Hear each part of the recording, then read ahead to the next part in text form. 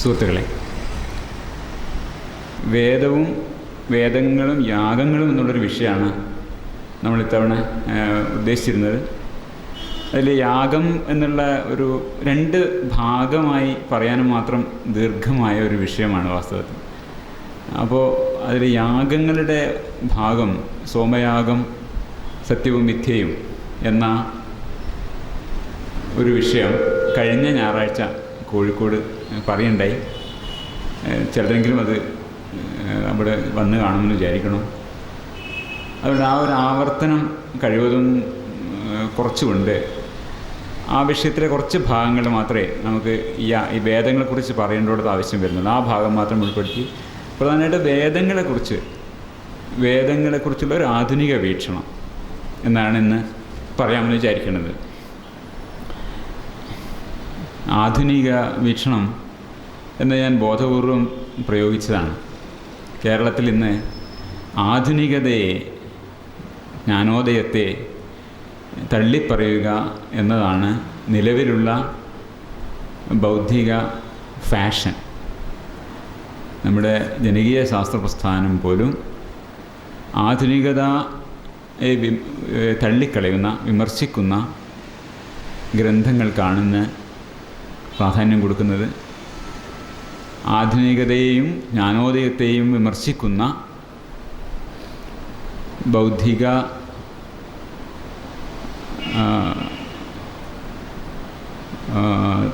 ധാരകൾക്ക് അതീവ പ്രാധാന്യം ലഭിക്കുന്ന ഒരു സാഹചര്യമാണ്, ഒരു കാലാവസ്ഥയാണ് ഇന്ന് കേരളത്തിൻ്റെ ബൗദ്ധിക മണ്ഡലത്തിലുള്ളത്.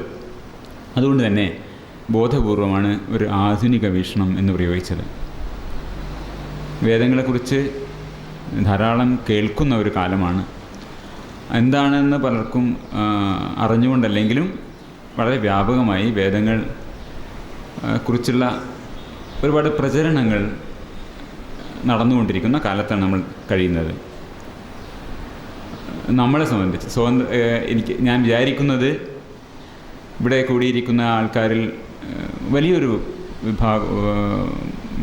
ഭൂരിപക്ഷവും സ്വതന്ത്ര ചിന്തകർ, യുക്തിവാദികളായിരിക്കുമെന്നാണ് ഞാൻ വിചാരിക്കുന്നത്. പ്രധാനമായും ഞാൻ അഭിസംബോധന ചെയ്യുന്നത് അവരെയാണ് എന്നുകൂടിയും പറയട്ടെ. ഇത് വാസ്തവത്തിൽ ഒരു സ്വതന്ത്രചിന്തകരോടും യുക്തിവാദികളോടും ഉള്ള ഒരു ആശയവിനിമയമായാണ് ഉദ്ദേശിച്ചിട്ടുള്ളത്. പലരും നമ്മൾ ഓരോ ആളും ഒരുപക്ഷെ അടയാളപ്പെടുത്തുന്നത് ഒരു എക്സ് മുസ്ലിം അല്ലെങ്കിൽ എക്സ് ഹിന്ദു, എക്സ് ക്രിസ്ത്യൻ എന്ന് ആവാൻ ഉണ്ട്. കാരണം മതബദ്ധമായൊരു സമൂഹത്തിലാണ് നാം ജനിച്ചിട്ടുള്ളത്. ജനിക്കുമ്പോൾ തന്നെ ഇതുപോലെയുള്ള മുദ്രകളോട് പേറി തന്നെയാണ് ജനിക്കുന്നതെന്ന് നമുക്ക് പറയാം. അപ്പോൾ ഇതൊക്കെ വലിച്ച് ചവറ്റുകോട്ടയിലിടുന്നതിലൂടെയാണ് നമ്മളൊക്കെ സ്വതന്ത്ര ചിന്തയിലേക്കും യുക്തിവാദത്തിലേക്കും ഒക്കെ വരുന്നത്. പലപ്പോഴും കണ്ടിട്ടുള്ള ഒരു കാര്യം, നമ്മൾ ഉപേക്ഷിച്ചതിനോട് നമുക്ക് സ്വാഭാവികമായും അകൽച്ചയുണ്ട്. നമ്മളത് അറിഞ്ഞുകൊണ്ടുമാണ് ഉപേക്ഷിക്കുന്നത്. മറ്റുള്ളവർ ഉപേക്ഷിച്ചിടുന്ന സാധനങ്ങളോട് അതെന്തോ കുറച്ച് കേമാണ് എന്നുള്ള ഒരു ധാരണ പൊതുവെ കാണാം. മറ്റുള്ളവർക്ക് ചെരുപ്പ് എല്ലാവരും അഴിച്ചിട്ടുണ്ട്, നമ്മുടെ ചെരുപ്പിനേക്കാളും കേമാണ് മറ്റവൻ്റെ ചെരുപ്പ് എന്ന് തോന്നുന്ന പോലത്തെ ഒരവസ്ഥ അത് ഞാൻ നേരിട്ട് അനുഭവിച്ചിട്ടുള്ളൊരു കാര്യമാണ്. കുറച്ച് കഴിഞ്ഞ വർഷം കോഴിക്കോട് സയൻസ് ഫോറത്തിലൊരു ചർച്ചയിൽ വളരെ ആദരണീയനായിട്ടുള്ള, വളരെ സീനിയറായിട്ടുള്ള ഒരു യുക്തിവാദി എന്ന് പറഞ്ഞൊരു കാര്യമാണത്. ഈ വേദങ്ങളിലൊക്കെ എന്തൊക്കെയോ കാര്യങ്ങളുണ്ട്. അദ്ദേഹം ഒരു എക്സ് മുസ്ലിമാണ്. വേദങ്ങളൊക്കെ എന്തോ കാര്യമായിട്ട് കാര്യങ്ങളാണ്, അത് നമ്മൾ അറിയാതെ വിമർശിക്കരുത്. വേദിക് മാത്തമാറ്റിക്സ് ഒക്കെ കേമാണ് എന്ന് പറയും. ഇത് വാസ്തവത്തിൽ ഇത്രയേ ഉള്ളൂ. എല്ലാം നമ്മുടെ ഈ വേസ്റ്റ് ബാസ്ക്കറ്റിലിട്ട എല്ലാ സാധനങ്ങളും ഒരുമാതിരി തന്നെയാണ്. ഇതിൽ വലിയൊരു വ്യത്യാസമൊന്നുമില്ല. ഇതാണ് ഞാൻ പ്രധാനമായിട്ട് നമ്മുടെ സ്വതന്ത്ര ചിന്തകരുടെ ഈ സംവാദത്തിൽ പറയാൻ ഉദ്ദേശിക്കുന്ന ഒരു കാര്യം. ഇതിൻ്റെയൊക്കെ മിക്കവാറും ഒക്കെ ഒരുപോലെ തന്നെ, ഏറിയും കുറഞ്ഞും നമ്മൾ ഉപേക്ഷിച്ച സാധനങ്ങളൊന്നും തമ്മിൽ ഒരു വ്യത്യാസവുമില്ല. ഒരേപോലത്തെ കാര്യങ്ങൾ തന്നെയാണ് ഇതൊക്കെയും. ഒന്ന് മാത്രം കേമൊന്ന് അതിൻ്റെ പ്രചരിപ്പിക്കുന്നവർ പറയുന്നതാണ്. അത് നമ്മളും അത് പല ഈ എക്സ് ഹിന്ദു എന്നടയാളപ്പെടുത്തുന്ന പലരും, എനിക്കറിയാവുന്ന ഒരു വളരെ ഏതോ കാലത്ത് തന്നെ ഇതൊക്കെ ഉപേക്ഷിച്ച് യുക്തിചിന്തയിലൂടെയും പിന്നെ ഇടതുപക്ഷ പ്രസ്ഥാനത്തിലൂടെയും തീവ്ര ഇടതുപക്ഷ പ്രസ്ഥാനത്തിലൂടെയും ഒക്കെ പോന്നിട്ടുള്ള ആൾക്കാരൊക്കെ ഒരാളെ, ഒരു പ്രമുഖ വ്യക്തി നോമ്പ് കാലത്ത് നോമ്പ് പിടിക്കുകയും ഒക്കെ ചെയ്യും. ആള് പിന്നെ ദൈവവിശ്വാസിയൊന്നുമല്ല, മതവിശ്വാസിയൊന്നുമല്ല, പക്ഷേ അദ്ദേഹം റംസാൻ കാലത്ത് നോമ്പ് പിടിക്കുകയും ഒക്കെ ചെയ്യും. ആളെ എക്സ് മുസ്ലിം അല്ലാന്ന് ഓർക്കണം. കാരണം അതിൽ മൂപ്പർക്ക് അതെന്തോ ഒരു കേമാണ്. മറ്റുള്ളവരുടെ കാര്യങ്ങൾ അത് അറിയാത്തത് കൊണ്ടാണ് എന്നാണ് ഞാൻ പറയുന്നത്. അത് അറിയാൻ ശ്രമിക്കുന്നില്ല പലപ്പോഴും. ഇത് രണ്ടും ഒരുപോലെയാണ്, ഇതൊന്നും വലിയ വ്യത്യാസമില്ല എന്നുള്ള സംഗതി അതൊന്ന് പറയാനാണ് ശ്രമിക്കുന്നത് പ്രധാനമായിട്ടും. അതിനൊരു ബേസിക് തീം എന്ന് പറയാനും അത് ഇതാണ്. വേദങ്ങൾ ഒരു വലിയ സംഭവമാണ്. ഇത് ഇന്ത്യയിൽ മൊത്തത്തിൽ പ്രചരിപ്പിക്കപ്പെടുന്ന ഒരു തെറ്റിദ്ധാരണയാണ്. അത് ആരും വായിച്ചിട്ടുമില്ല എന്നുള്ളത്. ഇപ്പോൾ ഈ എക്സ് ഹിന്ദുക്കളായിട്ട് ഇവിടെയുള്ള ആരെങ്കിലും ഉണ്ടെങ്കിൽ അവർക്ക് അറിയുന്നുണ്ടാവും. ഞാനൊക്കെ ഒരു എക്സ് ഹിന്ദു എന്ന് അടയാളപ്പെടുത്താൻ വേണമെങ്കിൽ പല എക്സുമാണ് ഞാൻ. അതിലൊന്ന് എക്സ് ഹിന്ദു എന്നുള്ളൊരു ഇതും കൂടിയുണ്ട്. അപ്പോൾ വീട്ടിലൊന്നും ഈ ഋഗ്വേദമൊന്നും ആരും കണ്ടിട്ടുണ്ടാവില്ല. ഋഗ്വേദം, ഈ വേദം എന്ന് പറഞ്ഞ സാധനം എല്ലാവരും പറയാന്നല്ലാതെ മിക്കവാറും ഹിന്ദു വീടുകളിലൊന്നും ഇത് വായിക്കുകയോ കാണുകയോ ഒന്നും ചെയ്തിട്ടുള്ള സാധനമല്ല. പക്ഷേ ഒക്കത്തിൻ്റെ അടിസ്ഥാനം ഇതാണ്, ഇതെന്തോ കേമാണ് എന്നിങ്ങനെ പറയപ്പെടുന്നുണ്ട്. അപ്പോൾ ആരാ വായിച്ചിട്ടുള്ളത്? ആരും വായിച്ചിട്ടില്ല. പക്ഷേ ആൾക്കാർ പറഞ്ഞു കേൾക്കുന്നുണ്ട് വലിയ കേമായ സാധനമാണ്. ഇത് ഇപ്പോൾ പ്രചരിപ്പിക്കപ്പെടുന്നുണ്ട്. ഇങ്ങനെ ഒരു ഋഗ്വേദം ഒരു പരമമായ സത്യമാണ്. പല ഇതിനിടയിൽ കുറേ ചെറിയ ഫിലിം ക്ലിപ്സുകൾ വരുന്നുണ്ട്, വീഡിയോ ക്ലിപ്പുകൾ. അതിൽ ആദ്യത്തേതാണ്.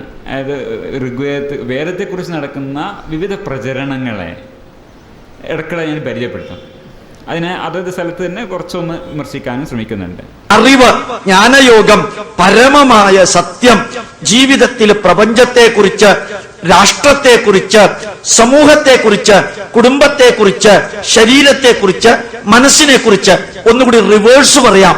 Mind, body, family, society, nation, this globe and the universe. ഇതിനെക്കുറിച്ച് പരമമായ സത്യം, ലോകത്തിൽ ഒരാൾക്കും നിഷേധിക്കാൻ പറ്റാത്ത സത്യങ്ങള് മാത്രമടങ്ങിയ സന്ദേശങ്ങളാണ് ഋഗ്വേദത്തിലുള്ളത്. Mind, body, family, society, nation, this world and the cosmic system.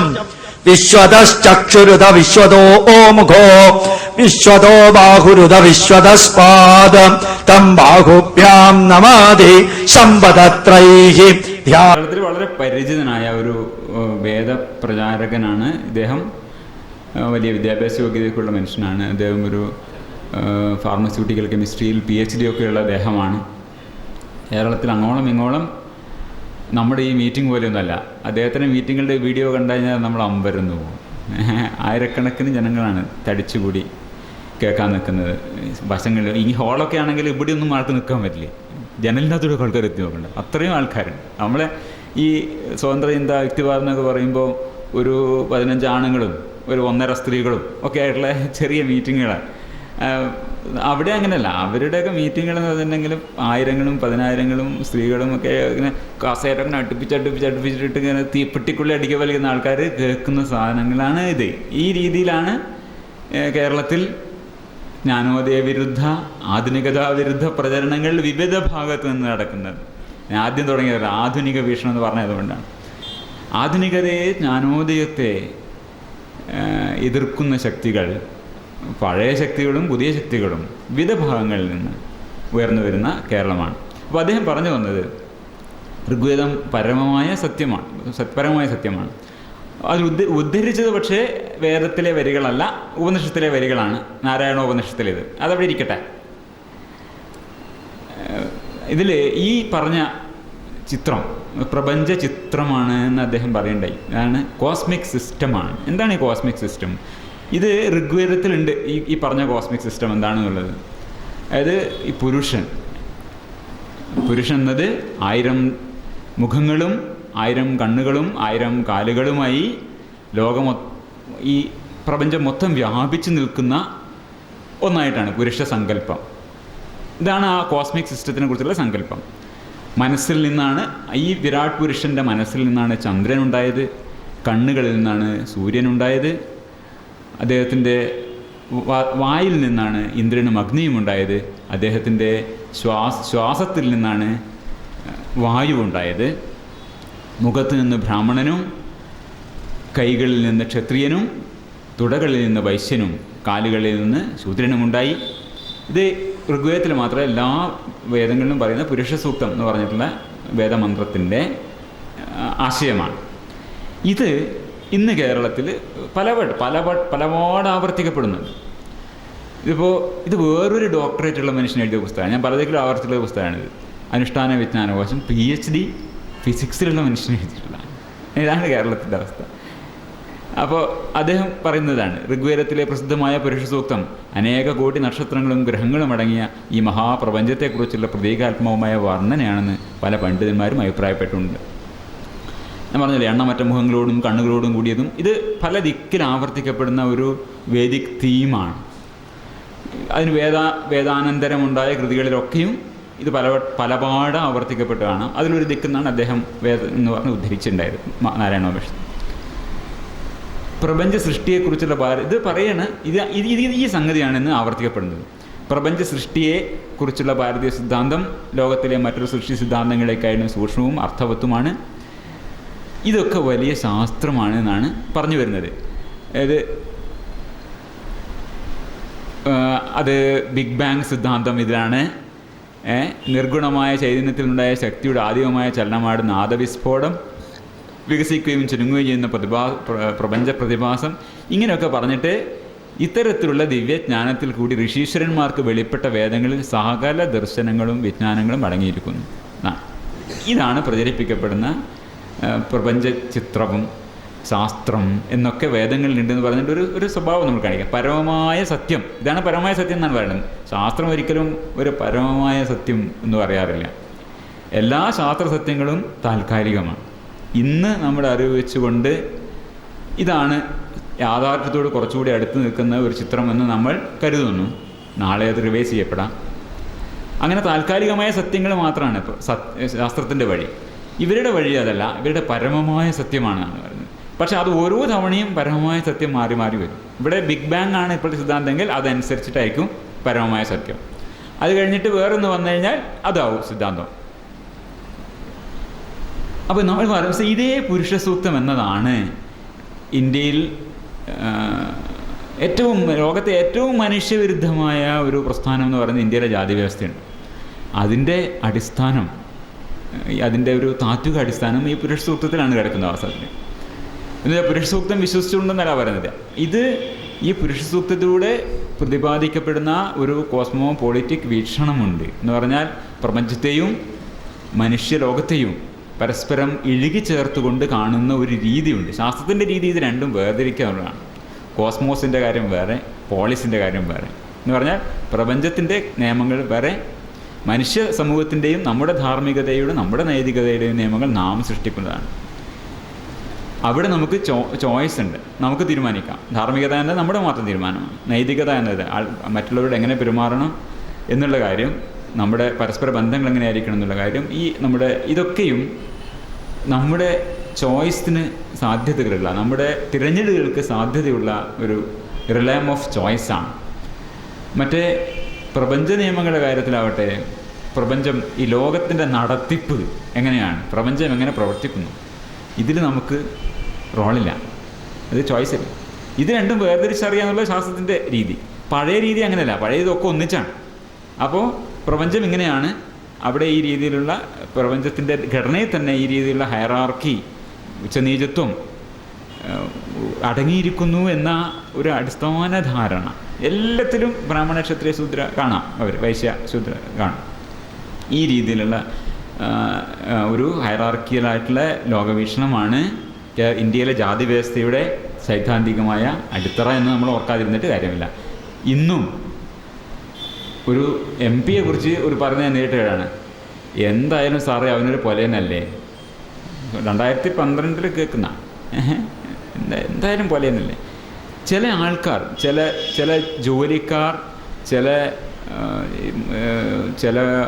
വ്യക്തികൾ അവരുടെ ജീവിതം എന്ന ആക്സിഡൻ്റ് കൊണ്ട് ജന്മനാലേ തന്നെ അസ്പൃശ്യരോ അല്ലെങ്കിൽ താഴ്ന്ന കിടയിലുള്ളവരുമാണ്.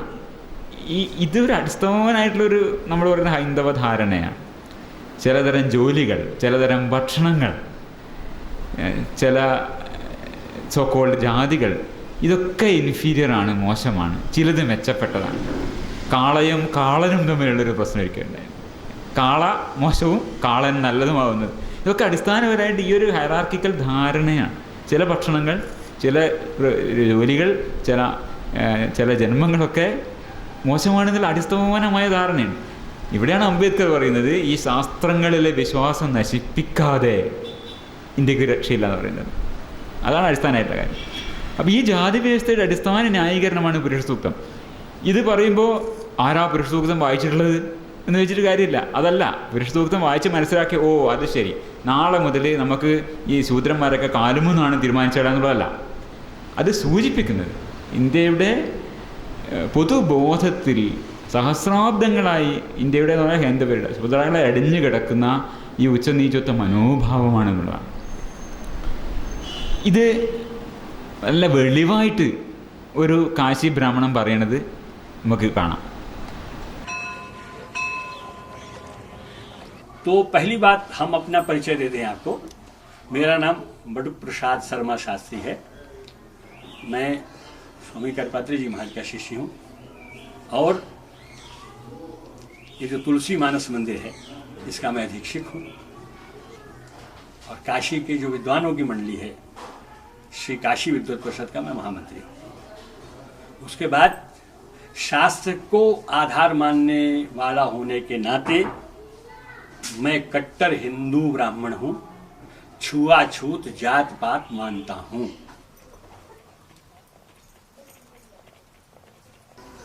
देखो वो जो दिव्य पुरुष है, वेद विराट पुरुष है, उसके ब्राह्मणोस्य मुखमाशीत, उसके मुख से ब्राह्मण पैदा हुआ, ठीक है।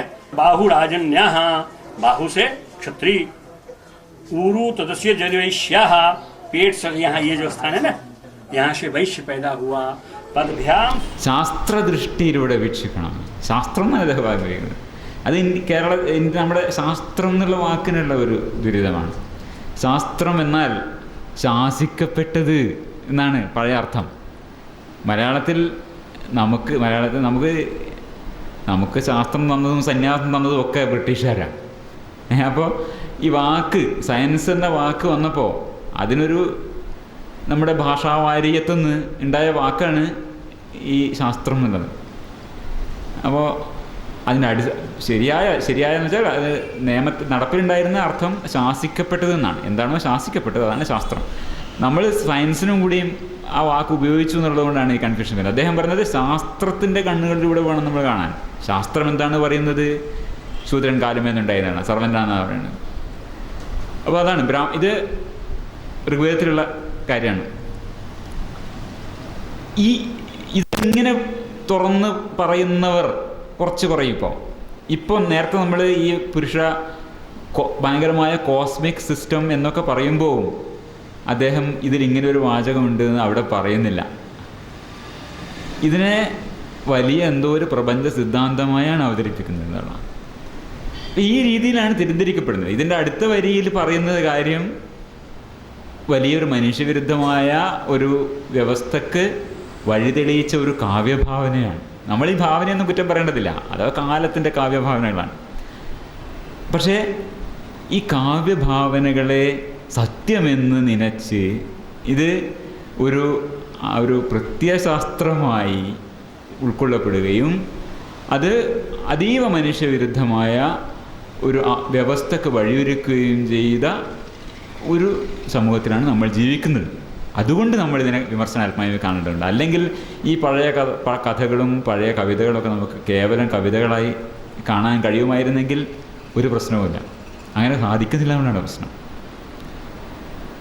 കവിതകൾ എന്താണ് പറയുക, വാളുകളായും ശൂലങ്ങളായും വേഷം മാറുന്ന കാലമായിട്ടാണ് നമ്മൾ ജീവിക്കുന്നത്.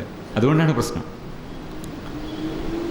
വേറെ ഈ വേദപ്രചാരകരുടെ പല തീമുകളിലൊന്നും ഇതാണ്. ഇത് നമ്മുടെ പാരമ്പര്യമാണ്. അത് നമ്മുടെ പാരമ്പര്യം എന്നാൽ അത് അതിമഹത്തായ പാരമ്പര്യം. അത് നമ്മുടെ മാത്രം പാരമ്പര്യം. ബാക്കിയുള്ള പാരമ്പര്യങ്ങളൊക്കെ അത്ര മഹത്തായതല്ല. നമ്മുടെ പാരമ്പര്യം അതെന്തോ മഹത്തായ പാരമ്പര്യമാണ്.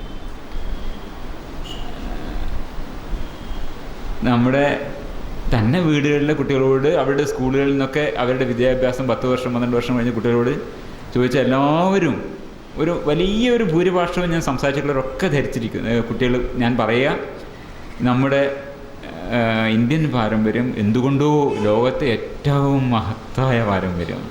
അങ്ങനെ ഒരു ധാരണ, അത് എല്ലാവരും വെച്ച് പുലർത്തുന്നതാണ് എന്നുള്ള ധാരണ നമുക്കില്ല.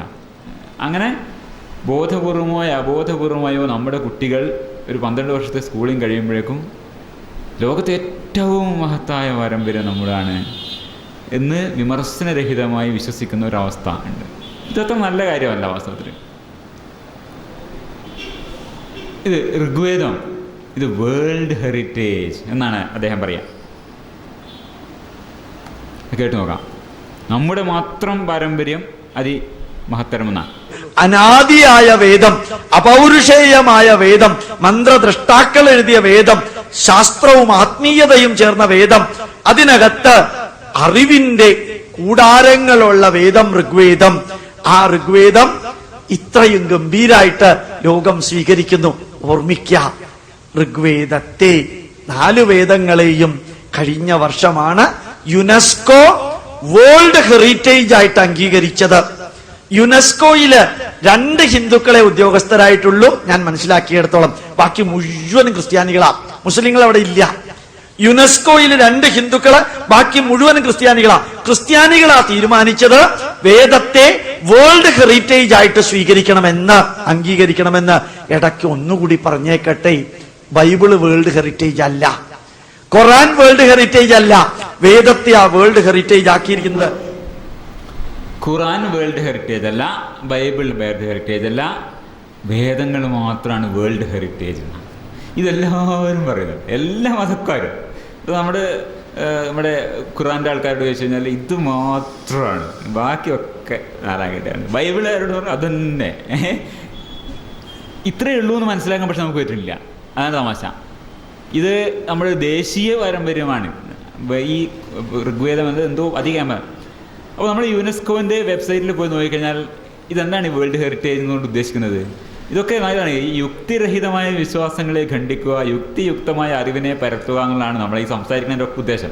അപ്പോൾ ഈ കേൾക്കുന്ന നമ്മുടെ ചെവികളിൽ ഇങ്ങനെ അടിച്ച് കയറ്റുന്ന ഇത്തരത്തിലുള്ള പ്രചരണങ്ങളുടെ യഥാർത്ഥ അവസ്ഥ എന്താണെന്ന് നോക്കാൻ നമുക്ക് ഓരോ ആൾക്കും നേരം ഉണ്ടാവില്ല. അപ്പോൾ ഞാൻ കുറച്ച് സമയം എടുത്ത് ഇയാൾ പറയണ ഓരോന്നിൻ്റെ പിന്നാലെ ചെല്ലാണ്. ഈ പറഞ്ഞത് ശരിയാണോ ഇയാൾ പറയണത്? എന്താണ് ഈ വേൾഡ് ഹെറിറ്റേജ്? യുനെസ്കോൻ്റെ സൈറ്റിൽ പോയാൽ നമുക്ക് കാണാം, മെമ്മറി ഓഫ് ദ വേൾഡ് എന്നൊരു പ്രൊജക്റ്റ് ഉണ്ട്.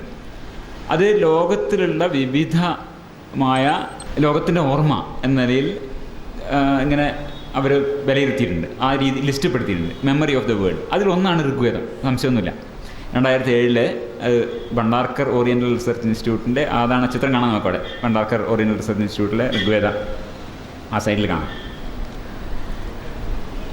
ഈ വേദങ്ങളിലൊക്കെ ഇത്ര കേമായിട്ട് കൊണ്ടാടുന്ന നമ്മുടെ ഹിന്ദു പരിവാറിലെ ആൾക്കാരാണ് ഇതേ ഭണ്ഡാർക്കർ റിസർച്ച് ഇൻസ്റ്റിറ്റ്യൂട്ട് കയറി അടിച്ച് നിരത്തിയതെന്നും കൂടെ നമ്മൾ ഓർക്കണം. ഇത് ഇവിടെ സൂക്ഷിക്കപ്പെട്ട ഈ ഗ്രന്ഥങ്ങളുടെ അടിസ്ഥാനത്തിലാണ് ഈ വേൾഡ് ഹെറിറ്റേജ് ഒക്കെ ആയിട്ട് അംഗീകരിക്കുന്നത്. ആ സ്ഥലം കയറി അടിച്ച് നിരപ്പാക്കിയ ആൾക്കാരാണ് ഇപ്പോൾ അതിനെ പറ്റിയിട്ട് പറയുന്നത്. അവിടെ കയറി ഉള്ള വാൻഡലിസം മൊത്തം കാണിച്ചു. എന്തോ ഒരു ചെറിയ ശിവജിയെക്കുറിച്ചുള്ള ഒരു പുസ്തകം അവർ പ്രസിദ്ധീകരിച്ചു എന്നോ എന്തോ ഒരു പ്രശ്നം പറഞ്ഞിട്ട് ഈ സൈനികന്മാർ ചെന്ന് നിരത്തി. ഇതാണ് അവർക്ക് അവരുടെ സാംസ്കാരിക ബോധം. അതിരിക്കട്ടെ. ഏതായാലും അദ്ദേഹം പറഞ്ഞതാണ് വേൾഡ് ഹെറിറ്റേജിൽ വേദങ്ങൾ മാത്രമേ ഉള്ളൂ. അപ്പോൾ അവിടെ ഖുർആൻ മാനുസ്ക്രിപ്റ്റുകളുണ്ട്. ഈജിപ്തിലെ മാമലൂക്ക് ഖുർആൻ മാനുസ്ക്രിപ്റ്റുകൾ, അതും മെമ്മറി ഓഫ് ദ വേൾഡ് തന്നെയാണ് അവിടെ എഴുതി വെച്ച്. അവിടെ കാണാം, നമുക്ക് ആ ലിസ്റ്റ് പോയാൽ അനേകം ഇതുപോലുള്ള വേൾഡ് ഹെറിറ്റേജ് ഉണ്ട്. അപ്പോൾ അവാസ്തവങ്ങൾ പറയാൻ യാതൊരു മടിയുമില്ല ഈ പ്രചാരകർക്ക്. ഇങ്ങനെയാണ് പ്രചരിപ്പിക്കുന്നതും ആൾക്കാരുടെ ഇടയിലുള്ള തെറ്റിദ്ധാരണകളും ഉള്ള തെറ്റിദ്ധാരണകളെ രൂഢമൂലമാക്കുന്നത്. ഗുട്ടൻബർഗ് ബൈബിൾ അതും ഒരു മെമ്മറി ഓഫ് ദി വേൾഡാണ്. ഇതേപോലെ തന്നെ നമ്മൾ ആ ലിസ്റ്റ് എടുത്ത് നോക്കിക്കഴിഞ്ഞാൽ ഋഗ്വേദം ഉള്ളതുപോലെ തന്നെ എത്രയോ ലിസ്റ്റുകളുണ്ട്. അതിൽ ഞാൻ 2 എടുത്താണ്, ഇല്ല എന്ന് പറഞ്ഞുകൊണ്ട്. അതിൽ ഖുർആൻ മാനുസ്ക്രിപ്റ്റുകളും മെമ്മറി ഓഫ് ദ വേൾഡാണ്. ആദ്യത്തെ ബൈബിളും ഗുട്ടൻബർഗ് ബൈബിളും ഒരു മാനുസ്ക്രിപ്റ്റാണ്. കമ്മ്യൂണിസ്റ്റ് മാനിഫെസ്റ്റോവും മെമ്മറി ഓഫ് ദി വേൾഡിലാണ്. മാർക്സിൻ്റെ കോപ്പി, ഡോക്യുമെൻ്ററി ഹെറിറ്റേജ്, കാർൾ മാർക്സിൻ്റെ പേഴ്സണൽ അനോട്ടേറ്റഡ് കോപ്പി, അതും വേൾഡ് ഹെറിറ്റേജ് ജർമ്മനി കൊടുത്താണ്, ഒരു രാജ്യത്തിന് കൊടുത്തുള്ള സാധനങ്ങൾ. ഇതൊക്കെയാണ് പ്രചരണങ്ങളുടെ രീതി. ഇതേപോലെ തന്നെ കംബോഡിയയിൽ നടന്ന പോൾപോട്ടിൻ്റെ, കംബോഡിയൻ മാവോയിസ്റ്റ് നേതാവായിരുന്ന പോൾപോട്ട് നടത്തിയ കൊടുംക്രൂരതകളുടെ ഡോക്യുമെൻ്ററി ഹെറിറ്റേജ്, അതും ലോകത്തിൻ്റെ ഓർമ്മയായി കംബോഡിയ സമർപ്പിച്ചത് ഈ ലിസ്റ്റിലുണ്ട്. ഈ വേൾഡ് ഹെറിറ്റേജ് എന്ന് പറഞ്ഞാൽ അംഗീകരിക്കുന്നതിൻ്റെ അർത്ഥം ഇത് എല്ലാ ശാസ്ത്രങ്ങളും അടങ്ങിയിരിക്കുന്നോ, ഇത് എല്ലാ കാലത്തേക്കുമുള്ള എന്താണ് പറയുക ആബ്സല്യൂട്ട് നോളജ് ആണെന്നോ അങ്ങനെയൊന്നുമില്ല. അതിൽ എല്ലാം ഉണ്ട്. ഇതൊക്കെയും വേൾഡ് ഹെറിറ്റേജ് തന്നെയാണ്. നമ്മുടെ പാരമ്പര്യങ്ങളാണ് ഇതൊക്കെ. എല്ലാം അതിൻ്റെ എന്താ പറയുക, അതിൻ്റെ മോശമായതും നല്ലതായതുമായ എല്ലാ ഭാഗങ്ങളോടും കൂടി ഇതൊക്കെ നമ്മുടെ പാരമ്പര്യമാണ്. ഈ കംബോഡിയയിൽ നടന്ന നരവേട്ടയായാലും കമ്മ്യൂണിസ്റ്റ് മാനിഫെസ്റ്റോ ആയാലും ബൈബിളായാലും ഖുർആനായാലും ഇതൊക്കെ നമ്മുടെ പാരമ്പര്യം തന്നെ. എല്ലാം നമ്മുടെ പാരമ്പര്യങ്ങളൊക്കെ നല്ലതാണെന്ന് അതിന് അർത്ഥമില്ല. ഇതൊരു വേൾഡ് ഹെറിറ്റേജ് സൈറ്റാണ്. വേൾഡ് ഹെറിറ്റേജ് സൈറ്റ് എന്ന് പറഞ്ഞാൽ ഇവിടെ മായൻ പിരമിഡാണ് ഇത് കാണുന്നത്. ഇത് മായൻ പിരമിഡുകൾ. ഇവിടെ വെച്ചാണ് നരബലി നടത്തിക്കൊണ്ടിരുന്നത്. ഇത് ഇന്ന് ഒരു വേൾഡ് ഹെറിറ്റേജാണ്. ഈ അവിടെ ദൈവത്തിന് അവർ ആരാധിച്ചിരുന്ന ദൈവങ്ങൾക്ക് വേണ്ടി നടത്തിയിരുന്ന നരബലി ഇവിടെ വെച്ച് നടത്തി തലയും ശരീരവും ഇതിലൂടെ താഴെ വലിച്ചെറിയുക ചെയ്യുക. ഇങ്ങനെ താഴെ കൂടെ കൂടുതൽ ആൾക്കാരുണ്ടാവും, നിൽക്കുന്നുണ്ടാവും.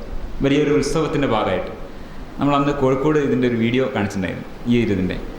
അപ്പോൾ ഇതും ഇന്ന് വേൾഡ് ഹെറിറ്റേജാണ്. ഒരു നമ്മുടെ പാരമ്പര്യത്തിൻ്റെ ഭാഗമായി അംഗീകരിക്കപ്പെട്ടുള്ള, അതിൻ്റെ അർത്ഥം നമ്മൾ നരബലി അംഗീകരിക്കുന്നതാണ്. അപ്പോൾ അത്രയേ ഉള്ളൂ ഇതിലൊക്കെ കാര്യം. ഇതൊക്കെ നമ്മുടെ പാരമ്പര്യമാണ് എന്ന് നമ്മൾ അംഗീകരിക്കുന്നു. അതിനെ വിലയിരുത്തേണ്ടത് യുക്തിയധിഷ്ഠിതമായ ചിന്തനത്തിൻ്റെ കാര്യത്തിൽ ഈ പാരമ്പര്യത്തിൻ്റെ യഥാർത്ഥ ഇന്നത്തെ, അതാണ് ആധുനിക വീക്ഷണം എന്ന് ഉദ്ദേശിക്കുന്നത്.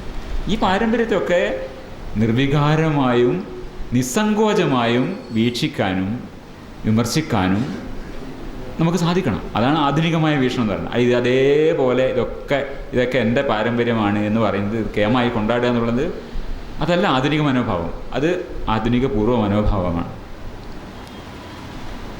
വേദങ്ങളെക്കുറിച്ചാണ് നമ്മുടെ വിഷയം. വേദങ്ങളെക്കുറിച്ചുള്ള ചില പ്രചരണങ്ങളെക്കുറിച്ചാണ് ഞാൻ തുടങ്ങി വെച്ചത്.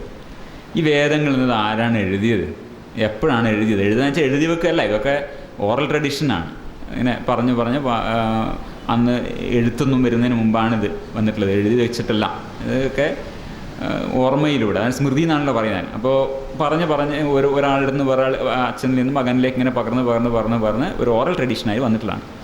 ആരാണ് ഇത് എഴുതിയത്, എവിടെ വെച്ചാണ് എഴുതിയത്, എന്താണ് ഇതിലുള്ളത്, ഇങ്ങനെയുള്ള ചില കാര്യങ്ങളെക്കുറിച്ചുള്ള ഒരു പ്രാഥമികമായ അന്വേഷണത്തിലേക്കാണ് നമ്മൾ പോകുന്നത്.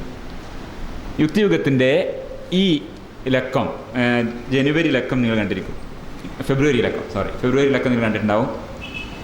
ഇതിൽ യാഗത്തെക്കുറിച്ച്, സോമയാഗത്തെക്കുറിച്ച് ഒരു വിഷയം, ഒരു ലേഖനം എഴുതിയിട്ടുണ്ട്, ഒരു മയക്കുമരുന്നിൻ്റെ ഓർമ്മച്ചടങ്ങ്. അതിൻ്റെ കൂടെ തന്നെ മാനവവംശങ്ങളുടെ ഇന്ത്യയിലേക്കുള്ള പ്രവേശനവും ജാതി വ്യവസ്ഥയുടെ ആവിർഭാവവും എന്ന രാജുവിൻ്റെ ഒരു ലേഖനം, ഒരു ദീർഘമായ ലേഖനം കാണാം. ഇതിലേക്ക് നമുക്ക് പോകേണ്ട ആവശ്യമുണ്ട്. ഇതിൽ കുറേ കാര്യങ്ങൾ നമ്മളെ ഈ വേദങ്ങളെക്കുറിച്ച് മനസ്സിലാക്കാൻ നമ്മളെ സഹായിക്കും. ഇതാണ് ഇന്ത്യയിൽ ആരൊക്കെ, ഇപ്പം നമ്മൾ പറയുക ഇന്ത്യയിലിപ്പോൾ ആദിവാസികൾ ആദ്യമേ ഉണ്ടായിരുന്നവരാണ്. ഇന്ത്യയിൽ അങ്ങനെ ആദ്യമേ ആരും ഉണ്ടായിട്ടില്ല. ആദ്യം ഉണ്ടായവരൊക്കെ ആഫ്രിക്കയിലാണ്. ആദ്യം എന്ന് പറഞ്ഞാൽ ആധുനിക മനുഷ്യൻ 2 ലക്ഷം വർഷം മുമ്പ് ഉണ്ടായത് ആഫ്രിക്കയിലാണ്. അവിടെ നിന്ന് വന്നിട്ടുള്ള ആൾക്കാരാണ് ഈ ലോകം മൊത്തം. നമ്മളൊക്കെ കറുത്തവനും വെളുത്തവനും മഞ്ഞയും ബ്രൗണും എല്ലാവരും അവിടെ പൂർവ്വപിതാക്കൾ ആഫ്രിക്കക്കാരായിരുന്നു. ഔട്ട് ഓഫ് ആഫ്രിക്ക അങ്ങനെയാണ് നമ്മൾ വന്നിട്ടുള്ളത്. ആധുനിക മനുഷ്യരുടെ വരവ് അങ്ങനെയാണ്. അപ്പോൾ ഇന്ത്യയിൽ ജനങ്ങളുണ്ടാകണമെങ്കിൽ അവർ ആഫ്രിക്കയിൽ നിന്ന് വരണം. ഇത് ഇന്ത്യയിലെ മാത്രം സ്ഥിതിയല്ല, ആഫ്രിക്കയിൽ ഒഴിച്ച് മറ്റെല്ലാ ഭൂഭാഗങ്ങളിലെയും സ്ഥിതി ഇതാണ്. ആഫ്രിക്കയിൽ മാത്രമേ ആധുനിക മനുഷ്യൻ ഉണ്ടായിട്ടുള്ളൂ എന്നാണ് നമ്മൾ മനസ്സിലാക്കുന്നത്. അപ്പോൾ അവിടെ നിന്നാണ് എല്ലാവരും പുറത്തേക്ക് പോയിട്ടുള്ളത്. അപ്പോൾ ഇന്ത്യയിൽ ഇന്ന് കാണുന്ന ആദിവാസികൾ നമ്മൾ വിളിക്കുന്നവരടക്കം ആഫ്രിക്കയിൽ നിന്ന് വന്നവർ തന്നെയാണ്. നമ്മളെല്ലാം ആഫ്രിക്കയിൽ നിന്ന് പല കാലങ്ങളിൽ പല വഴിയിൽ പിരിഞ്ഞ് ഇവിടെ എത്തിയിട്ടുള്ളതാണ്. അങ്ങനെ 4 തവണയായി 4 കുലങ്ങൾ എന്ന് നമുക്ക് പറയാം ആയി ഇന്ത്യയിൽ ആൾക്കാരെത്തി എന്നാണ് നമ്മൾ മനസ്സിലാക്കുന്നത്. ഇതിലൊക്കെ പിന്നീട് ചിലപ്പോൾ മാറ്റങ്ങൾ വരാൻ വേറിയോ കുറഞ്ഞോ, പക്ഷേ ഇപ്പോഴത്തെ നമ്മൾ മനസ്സിലാക്കാം നമുക്കങ്ങനെ ആബ്സല്യൂട്ടായിട്ടുള്ള എല്ലാ കാലത്തേക്കുള്ള സർവ്വകാലത്തേക്കുള്ള സനാതന സത്യങ്ങളൊന്നും നമുക്കില്ല. നമ്മൾ ഇന്ന് മനസ്സിലാക്കുന്നത് ഇങ്ങനെയാണ്. അതിൽ ആദ്യത്തെ ഒരു ഗ്രൂപ്പ് ആസ്ട്രോ ഏഷ്യാറ്റിക് എന്ന് പറയുന്ന ഗ്രൂപ്പാണ്. അപ്പോൾ ഒരു 60,000 വർഷങ്ങൾക്ക് മുമ്പേ അവർ ഇന്ത്യയിലെത്തിയിട്ടുണ്ട്. ഇന്നും ട്രൈബൽ ജീവിതം നയിച്ചുകൊണ്ടിരിക്കുന്ന വിഭാഗം ഇത് നമുക്ക് കേരളത്തിലും ഒക്കെ കാണാം. ഇവിടെ ഉണ്ട് കുറുമ്പർ എന്നൊക്കെ പറഞ്ഞിട്ടുള്ള ഗ്രൂപ്പുകൾ. അതിൽ ഒരു ഗ്രൂപ്പിൻ്റെ ചിത്രമാണ് ആ തേഴ്സ്റ്റൻ്റെ പഴയ പുസ്തകത്തിൽ ഞാൻ എടുത്ത് ഇവിടെ ഇട്ടതാണ്.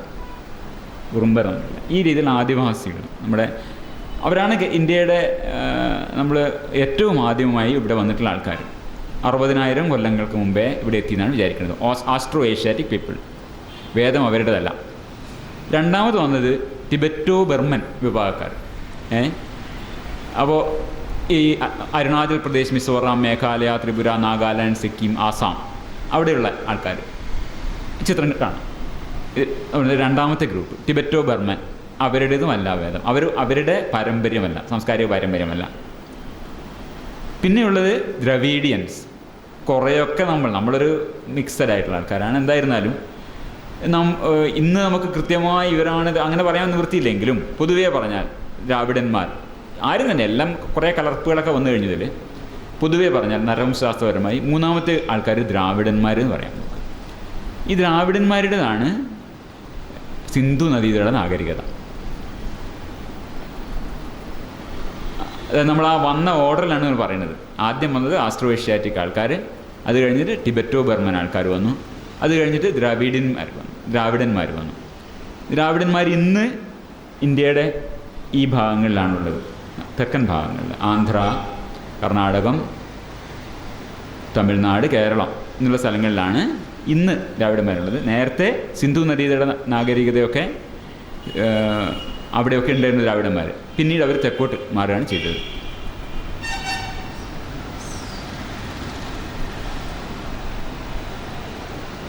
അപ്പോൾ നാലാമത് വന്ന വിഭാഗക്കാരാണ് ഇൻഡോ യൂറോപ്യൻസ് എന്ന് പറയും. ചിലപ്പോൾ ആര്യന്മാരെന്നും പറയാറുണ്ട്. ആ വാക്കിന് വലിയ പ്രാധാന്യമില്ല. ഇൻഡോ യൂറോപ്യൻസ് എന്നാണ് വിളിക്കാം. അപ്പോൾ അവർ എവിടെ നിന്ന് വന്നു? മധ്യേഷ്യയിൽ നിന്നാണ്. ഇന്നത്തെ കസാക്കിസ്ഥാൻ, ഉസ്ബെക്കിസ്ഥാൻ, കിർഗിസ്ഥാൻ, തർക്ക്മാനിസ്ഥാൻ, താജിക്കിസ്ഥാൻ ആ സ്ഥലങ്ങളിൽ നിന്നാണ് ഇന്ത്യയിലെത്തിയത്. ഇവരുടേതാണ് വേദം എന്ന് പറഞ്ഞാൽ. വേദം എന്ന് പറഞ്ഞ പാരമ്പര്യം ഈ നാലാമത് വന്ന ജനവിഭാഗത്തിൻ്റെതാണ്. ആഫ്രിക്കയിൽ നിന്ന് പുറപ്പെട്ട് പല വഴികളും വംശങ്ങളുമായി തിരിഞ്ഞവരിൽ ഈ ഉപഭൂഖണ്ഡത്തിൽ പല കാലത്തായി ചേക്കേറിയ 4 വംശങ്ങളെക്കുറിച്ചാണ് ഞാൻ പറഞ്ഞത്. അവയിൽ ഏറ്റവും ഒടുക്കം എത്തിയവരുടേതാണ് വേദങ്ങൾ. ഈ ഭാഗം ചെറിയൊരു ഭാഗം ഞാൻ കോഴിക്കോട് പറഞ്ഞിട്ടുള്ളതാണ്. അപ്പോൾ ഇവർ അതിദീർഘമായൊരു യാത്രയിലൂടെയാണ് ഇവർ ഈ ഇന്ത്യയിൽ ഇന്നത്തെ പാകിസ്ഥാനിലാണ് പ്രധാനമായിട്ടും. വേദങ്ങളുടെ ഭൂമി വാസ്തവത്തിൽ പാകിസ്ഥാനിലാണ് ഇന്ന് കിടക്കുന്നത്. വിശാല പഞ്ചാബിൻ്റെ വലിയൊരു ഭാഗവും ഇന്ന് പാകിസ്ഥാനിലാണ്. ഈ അതിദീർഘമായ പുരാതന യാത്രയുടെ മുദ്രകൾ ഒരു ചെസ്സ് കളിയിൽ പുരാതന യുദ്ധങ്ങളുടെ എന്ന പോലെ. ചെസ്സ് കളി വാസ്തവത്തിൽ പഴയ യുദ്ധങ്ങളുടെ നീക്കമാണ്. അതുപോലെ ഇന്നത്തെ വേദ സാഹിത്യത്തിലും അതിൻ്റെ വേദങ്ങളുടെ യാഗങ്ങൾ തുടങ്ങിയ ചടങ്ങുകളിലുമൊക്കെ ഈ യാത്രയുടെ മുദ്രകൾ